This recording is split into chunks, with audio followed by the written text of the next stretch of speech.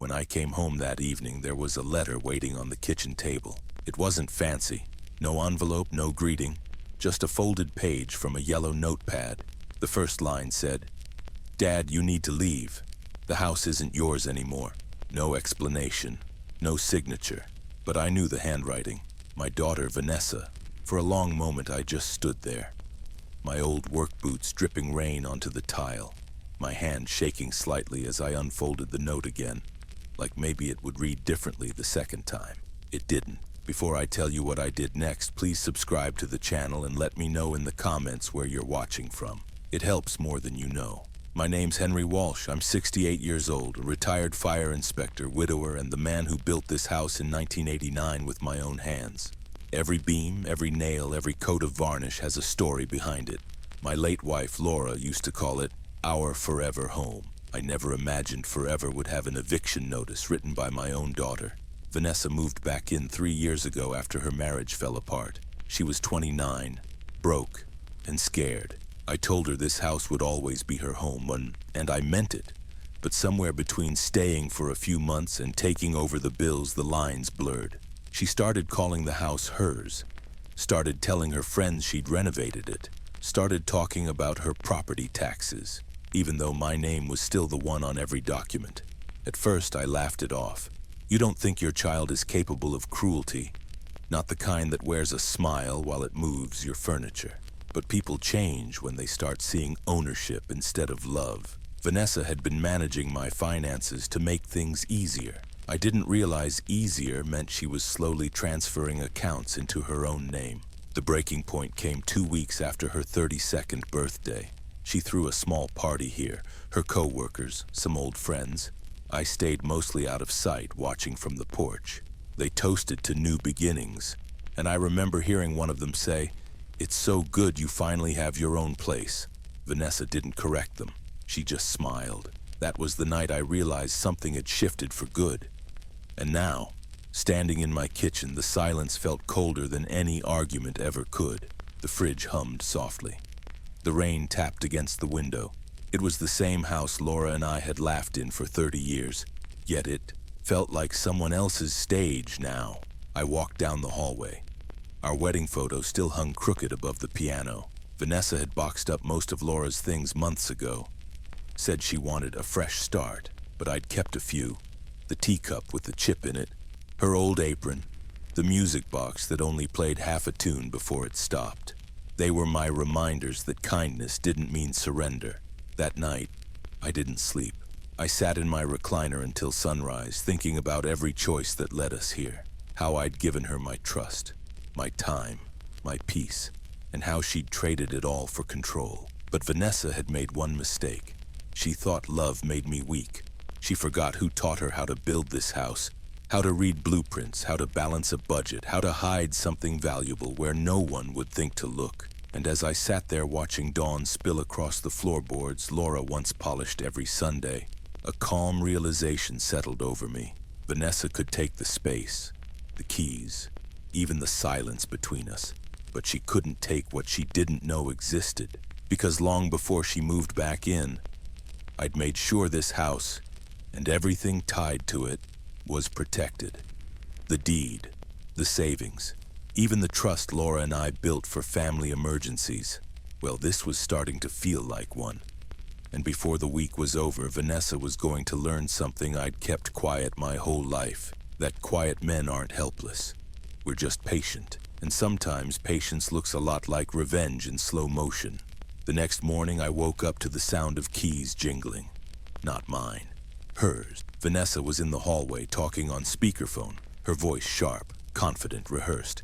"Yeah, the locksmith's coming at noon," she said. "He'll change the locks. I'll text you when it's done." For a second, I thought I'd misheard. Change the locks. On me. I stepped out of my room. "Morning," I said, keeping my tone calm. She turned, startled but not guilty. More like someone caught rearranging furniture that wasn't theirs. "Oh, you're up. What's this about a locksmith?" She tucked her phone away. "Dad, I told you last week. You said you'd think about finding another place." "No," I said. "I said I'd think about what you said. That's not the same thing."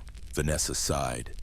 That long, irritated exhale people use when they think they're talking to someone too old to understand. Dad, I can't keep living in this situation. It's messy. It's confusing for everyone. Everyone? My therapist says boundaries are healthy. I laughed once, quietly. Boundaries don't come with locksmiths, Vanessa. Her jaw tightened. It's not personal. Of course it's personal, I said. You're locking your father out of his own home. Before she could respond, the doorbell rang. Through the window, I saw a van pull up. Franklin's Locks and Security printed on the side. Perfect timing, she said, brushing past me. Let me handle this. I stood there, watching her open the door for a stranger to change the locks on the house I built. She spoke in that clipped, professional tone she used when she wanted to sound in control. But her hands were trembling. She wasn't as sure as she wanted to be. I walked outside past the locksmith and said, "Don't bother. There's been a misunderstanding." Vanessa spun around. "Dad, stop it!" I held up a hand. "He's just doing his job, but so am I." "Your job?" she scoffed. I smiled faintly. I was a fire inspector for 30 years. I noticed details, like how this property deed has my name on it, and only mine. Her face went still. "What are you talking about?" I didn't answer. Instead, I walked to the truck, pulled open the glove box, and took out a worn leather folder. Inside were my old records, title papers, insurance receipts, tax forms dating back decades. "Here," I said, laying them on the hood. "You might want to look at these before you go changing anything." Vanessa stared at the documents like they were written in another language. "I don't understand," she said finally. "Mom said—" "Your mother," I interrupted gently, "never once believed this house belonged to anyone but us. She helped build it. You grew up in it. That doesn't make it yours." She folded her arms. "Well, the bills are in my name now. I pay the utilities, I manage the expenses, you even let me handle the saving." "That's true," I said. "I trusted you, and I still do." She blinked, thrown off by that. "Then why are you doing this?" "Because trust doesn't mean surrender." Her mouth tightened. "You're making this harder than it needs to be." "I'm making it honest," I said. The locksmith looked between us, uncomfortable. "Ma'am, maybe I should come back later." Vanessa turned away, arms crossed, silent. The man hesitated, then nodded and left. When the van drove off, I gathered the papers and said quietly, "You'll get an explanation soon, just not from me." "From who?" she asked. "From my lawyer." That got her attention. 2 hours later, I sat in the office of Evelyn Carter, the attorney who'd handled my estate planning since Laura's passing. She was sharp, calm, and every bit the kind of woman who made arrogance crumble with politeness. "Henry," she said, skimming through the folder, "you were right to come. These are still valid. Title, trust, insurance, all in your name. You've maintained full ownership, so she can't force me out? Not even close. And if she's been moving funds around from your accounts..." Evelyn looked up. "That's not family conflict. That's fraud," I sighed. "She's my daughter, Evelyn. I'm not pressing charges. I just want to make sure she understands where the line is." Evelyn nodded. "We can do that. I'll draft a notice confirming her tenant status and your ownership. We'll also freeze any shared access until this is sorted." As she typed, I looked out the office window at the gray clouds rolling in. Laura would have hated this. The arguing, the paperwork, the coldness of it all. But she also would have said, "Henry, kindness without boundaries is just self-destruction with good manners." Evelyn printed the papers and slid them across the desk. "Here," she said. "This makes things official. Once she reads it, she'll understand exactly where she stands." I folded the document and put it back in my folder. Outside, the rain started again. Soft, steady, familiar. I buttoned my jacket, feeling older but strangely lighter. Because tomorrow, Vanessa was going to learn that compassion doesn't mean compliance. And when a quiet man finally draws a line, you don't just lose control, you lose your advantage. That night, the rain didn't stop. It pressed against the windows like an old argument trying to come back inside. Vanessa stayed in her room upstairs, her footsteps quiet, her door locked. The same house, but two different worlds under one roof. I made myself coffee and sat for a while, listening to the hum of the refrigerator and the faint sound of her phone playing something. Laughter, voices, maybe a call. It didn't matter. I wasn't angry anymore, I was past that. When the clock struck 10, I stood up and walked toward the basement. The air grew cooler with each step down the old wooden stairs. Down there, under the smell of dust and varnish, was the place Laura used to call my memory bunker. She was right, as always. I'd spent decades organizing everything. Property papers, receipts, even the old mortgage payoff letter from 1994 when we'd cleared our last debt. Every file had its own drawer, labeled and dated. The bottom drawer was heavier than I remembered. Inside were folders with Laura's handwriting. She'd kept her own records, life insurance, trust documents, and one small envelope that said, "For Henry." When silence stops working, I opened it. Inside was a letter. Her handwriting was shaky but familiar. If you're reading this, you're probably trying to hold everything together again. Henry, you always think you can fix things quietly, but quiet doesn't always heal people, Satin. Sometimes it enables them. Remember what we built here. Protect it when I'm gone. And don't let kindness be the reason you lose everything. I read it 3 times before I folded it back up. That was Laura, gentle and firm in the same breath. I could almost hear her voice echoing off the concrete walls, calm and certain. You already know what to do. I slid open another drawer, the one labeled Legal, 1989-2023. Inside were the trust files Evelyn had helped us set up all those years ago. The Walsh Family Trust. Every document was signed and notarized, every line witnessed. It stated clearly, the property at 216 Willow Bend Drive, the attached savings account, and all holdings under the Walsh Trust belonged to Henry and Laura Walsh, trustees, and upon one's passing to the surviving spouse. No mention of Vanessa, not yet. She was meant to inherit through the trust, after my death. That was the plan. Not by entitlement, not by manipulation, but by legacy. As I scanned through the pages, I found a note scribbled in the margins of one of Laura's drafts.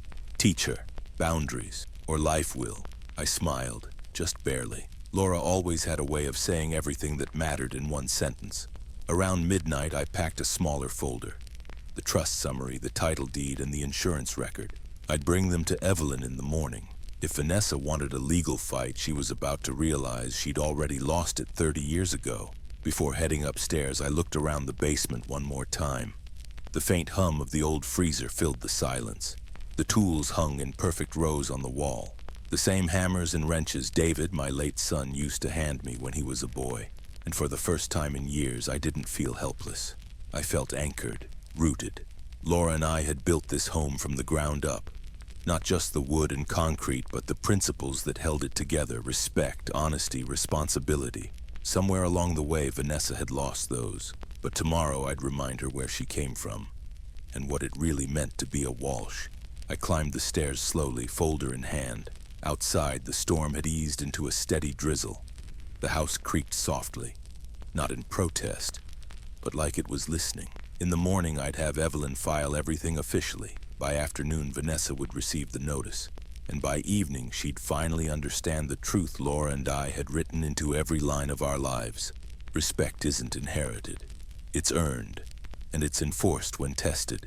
Saturday morning, I heard the sound of heels before I heard voices.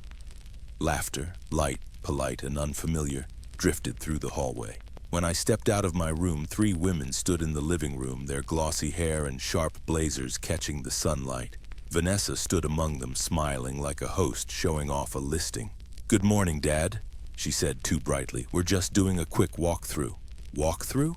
I asked, eyeing the women who now studied my home like buyers at an open house. "Yes," she said, her tone practiced. "These are my colleagues, Rachel, Kim, and Dana. We're assessing the property's resale potential."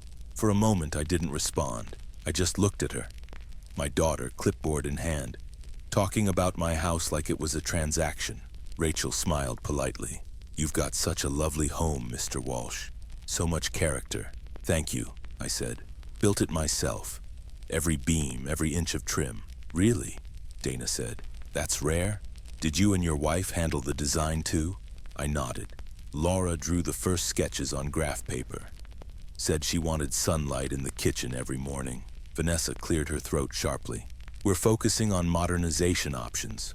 Open concept, lighter tones, something more marketable." I turned to her. "Marketable? To who?" She hesitated. "Dad, you know what I mean. if we ever decide to make changes. We? I repeated. Rachel and the others exchanged glances. The temperature in the room seemed to drop. Vanessa's done wonders with this place already, Kim said quickly, trying to fill the silence. It has amazing bones, but the aesthetic could really use updating. I looked around. Laura's old floral curtains, the ones Vanessa said she'd replace soon, the antique piano still covered with a moving blanket. The walls freshly painted in beige, not the soft green Laura loved. It's already been updated, I said quietly, piece by piece. Every corner has a story. The kitchen cabinets, we built those from reclaimed oak in 1991. The floors, maple, hand-fitted. And this mantle, I tapped the edge of the fireplace. That's where Laura's urn sat before someone decided it clashed with the decor. Rachel blinked. Oh, I'm sorry, I didn't... It's fine, I said, though my voice betrayed me. Vanessa set her clipboard down, her jaw tightening. Dad, can we talk privately? Why not here? I asked. Seems like you're already telling everyone else about my situation. Her tone hardened. I've been handling everything. The bills, the taxes, the maintenance. I need to plan responsibly. Planning responsibly doesn't mean erasing history, I said. History doesn't pay the mortgage, she snapped. I stared at her. What mortgage? She froze. What? What mortgage, Vanessa? You think there's a mortgage on this house? She stammered, eyes darting to her friends. I meant the expenses. You meant ownership, I said, stepping closer. You've been parading this home like you built it, like you earned it, but you've never seen the deed, have you? Kim murmured. Maybe we should. No, Vanessa said quickly. It's fine, he's just... Go on, I said softly. Tell them what I am. Her voice faltered. You're making this harder than it needs to be. I gave a small, tired smile. No, I'm making it honest. For a moment, nobody spoke. The air was heavy, the way it gets before a thunderstorm. Then I took a breath and said, Ladies, before you start drawing up renovation plans, I'd suggest asking your client to show you the property deed. You might find the owner's name isn't the one you expect. Dana blinked. You mean? I nodded. Henry Walsh, sole proprietor. Recorded 1989, paid in full. Vanessa's face drained of color. That's not possible. It's not only possible, I said, reaching into my coat pocket. It's documented. I laid the folded paper on the coffee table. The certified copy Evelyn had given me the day before. Vanessa didn't touch it. Her colleagues leaned closer but said nothing. This has to be a mistake, she said finally, voice shaking. Mom said, Your mother, I interrupted gently, never confused kindness with surrender. Vanessa's lip trembled, but she masked it with anger. You can't just show up with papers and expect me to... I didn't show up, I said. I never left. You did. The silence that followed was deafening. Rachel coughed softly. We, should probably give you two some space. Good idea, I said. But before you go, I'll make one thing clear. This isn't a house for sale. It's a home that forgot who it belonged to. As the women slipped out, Vanessa stood frozen by the doorway, her eyes fixed on the deed like it was a ghost. When the last door closed, I said quietly, You've got till tomorrow to decide whether you want to stay here as my daughter or as a tenant. Her voice cracked. You wouldn't. Don't make assumptions, Vanessa, I said, echoing Laura's handwriting in that letter I'd found. Assumptions can cost more than you're ready to pay. And with that, I left her standing in the middle of a home she thought she owned, surrounded by walls that still remembered the truth. Monday morning came wrapped in gray clouds, the kind that make the whole world look like it's holding its breath. I sat in the same kitchen Laura once filled with sunlight and the smell of cinnamon, sipping coffee that had gone cold an hour ago. Vanessa hadn't spoken a word since Saturday. Her bedroom door stayed closed, her car unmoved in the driveway. But silence doesn't mean peace. Silence means calculation. At 9 a.m., I slid the folder into my worn leather satchel and drove downtown to Evelyn Carter's office. Her firm was tucked inside an old brick building that smelled faintly of paper and lemon polish. Steady, like Evelyn herself. When I walked in, she looked up from her desk and smiled in that way people do when they already know you've made your decision. Morning, Henry, she said. I take it the open house went as expected?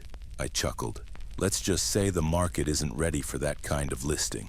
She smiled back, motioning for me to sit. Then let's make sure it never happens again. Evelyn spread out 3 folders. Crisp, precise, organized like a scalpel tray. This first one is the property title confirmation, she said, tapping the cover. Filed under your name, Henry Walsh. Paid in full. No cosigner, no mortgage. Recorded March 12, 1989. I nodded. That's the year Laura talked me into getting rid of cable to afford the lumber. Evelyn smiled faintly. Smart woman. The second folder contains the trust documents. Still active, still privately held. The house, the savings accounts, and your investments all remain under your trusteeship. And the third, she hesitated. That one's the delicate part. Legal notice of tenancy. Tenancy? Evelyn nodded. Once we file this, Vanessa's legal standing in the home changes. She's no longer family cohabitant. She becomes a tenant at will. That means you control whether she stays or leaves. You're not evicting her, but you're defining the boundary. I sat back. Laura would have liked that. A clear boundary. No cruelty, just clarity. Evelyn's pen tapped gently on the folder. Do you want me to handle delivery, or do you want to be there when she reads it? I'll be there, I said. She deserves to hear it straight from me. Evelyn leaned back in her chair. Henry, may I say something personal? Go ahead. You remind me of my father, she said softly. He was the same way. Calm until people mistook it for weakness. Then one day they realized he'd been the strongest man in every room. I smiled. That sounds like a man Laura would have liked too. Evelyn closed the folders carefully, tying the string knot on top. Once you hand her these, the conversation changes. She'll know exactly where she stands, and where she doesn't. I nodded. That's all I want. By the time I left her office, the clouds had thinned and sunlight broke through the glass buildings, catching on the papers in my hand. I looked at them. Pale, official, final. It wasn't revenge I felt, it was relief. Laura always said there's a kind of peace that comes only after truth has been spoken aloud. That evening I found Vanessa sitting on the porch steps, arms wrapped around herself, eyes swollen from crying. She didn't look up when I approached. Dad, she said quietly, you embarrassed me. I told the truth, I replied. If that embarrassed you, maybe it's because you built your comfort on a lie. I thought, her voice cracked. I thought everything here was Mom's, that she left it to us, to me. She left it to me, I said softly. And one day she meant for it to go to you, but not like this. Not by force and not through disrespect. I wasn't trying to steal, she whispered. No, I said, sitting beside her. You were trying to control what you didn't understand, and control without gratitude always looks like theft. She swallowed hard. So what happens now? I handed her the envelope. This explains it. She opened it slowly, her hands trembling. When she reached the last page, she looked up, confused. Tenant? She read aloud. You're making me a tenant? No, Vanessa. I'm making you accountable. Her lip quivered. And if I can't afford rent, then you'll have to decide whether pride is worth more than peace. For a long moment, she didn't speak. The wind rustled through the maple trees Laura and I had planted decades ago, scattering gold leaves across the steps. Finally, Vanessa whispered, I didn't mean to hurt you. I know, I said, but you did. And hurt doesn't disappear just because it wasn't intentional. She looked at the papers again, then folded them neatly back into the envelope. So that's it? For now, I said. Tomorrow morning, Evelyn will file everything. After that, we start over. On honest terms. Vanessa nodded slowly, her eyes wet but calmer. As I stood to go inside, she called after me, her voice small. Dad? Yes? Was Mom really that strong? I smiled faintly. Stronger. She just used silence instead of shouting. And as the sun dipped, behind the horizon, I realized Laura was still teaching both of us.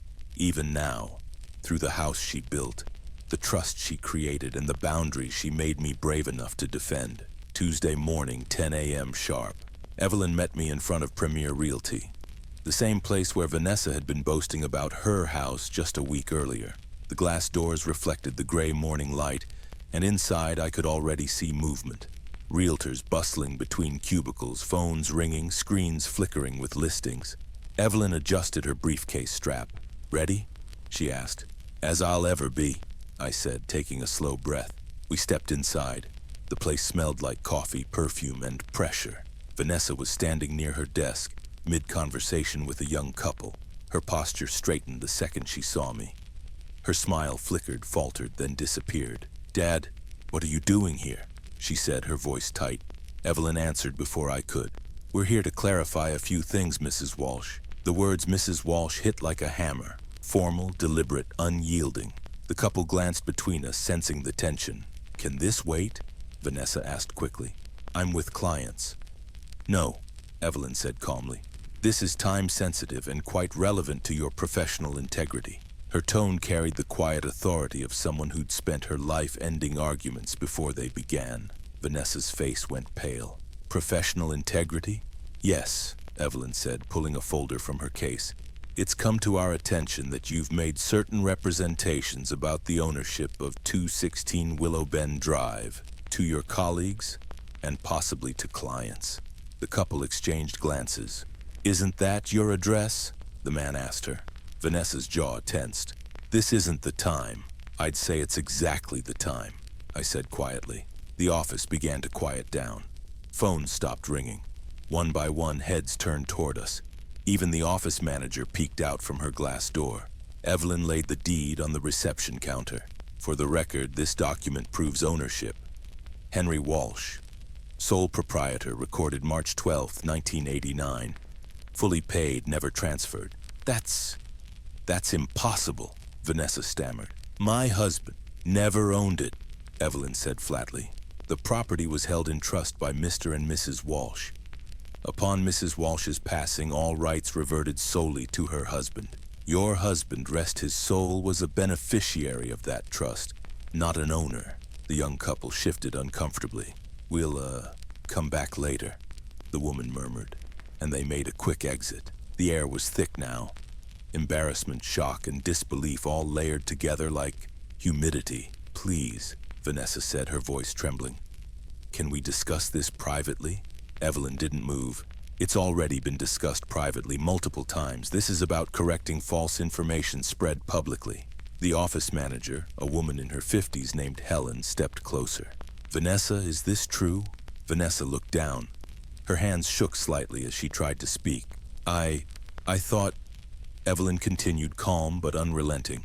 "Additionally, all associated funds, including life insurance from your late husband, were directed to the Walsh Family Trust, not to you personally. You've been operating under assumptions, Mrs. Walsh. Dangerous ones." Vanessa's knees seemed to give slightly. She caught herself against her desk. "I didn't mean to." "No one said you did," I said, stepping closer.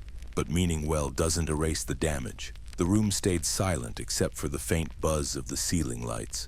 Even her friends, the same realtors who'd admired my old-fashioned decor, looked away, suddenly fascinated by their keyboards. Evelyn gathered the papers into her folder. "Effective today, Mrs. Walsh's residence at 216 Willow Bend Drive is designated as a tenancy. She has 30 days to vacate or formalize a rental agreement at market rate." Helen's lips parted slightly. "She's renting from her father?" I turned to her and said evenly, "No, she's renting from the man who built the home she forgot how to respect." Vanessa's eyes filled with tears. "Dad, please don't do this here." "I didn't," I said softly. "You did. When you turned my kindness into leverage." For a moment, she just stood there, shaking her head, unable to find words. Then she whispered, "I'm sorry." Evelyn nodded toward the door. "That's a start." We left quietly. Behind us, I could hear whispers ripple through the office like wind through dry grass. By the time the doors closed, I knew that the truth had already taken root. And once truth settles in, no rumor survives long. As we walked to the car, Evelyn said, "That was surgical." I gave a faint smile. "I wasn't trying to wound, just correct." She nodded. "And you did. Cleanly." That night, the house felt different. Lighter somehow. The walls didn't seem to echo anymore. Even Laura's photo on the mantel looked as if it was smiling again. For the first time in years, I sat in silence and didn't feel small. I felt restored. Because sometimes the loudest thing a man can say is simply the truth. 2 days later, the small-town rumor mill had already done what rumor mills do best. Grind quietly, relentlessly, until the truth came out shiny and sharp. I didn't have to say a word. The world around us did it for me. That morning I walked down to Miller's Cafe, the same place Laura and I used to visit every Sunday after church. The old bell above the door jingled as I stepped in.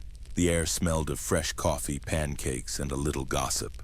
"Morning, Henry," said the barista, a cheerful kid named Taylor. "The usual?"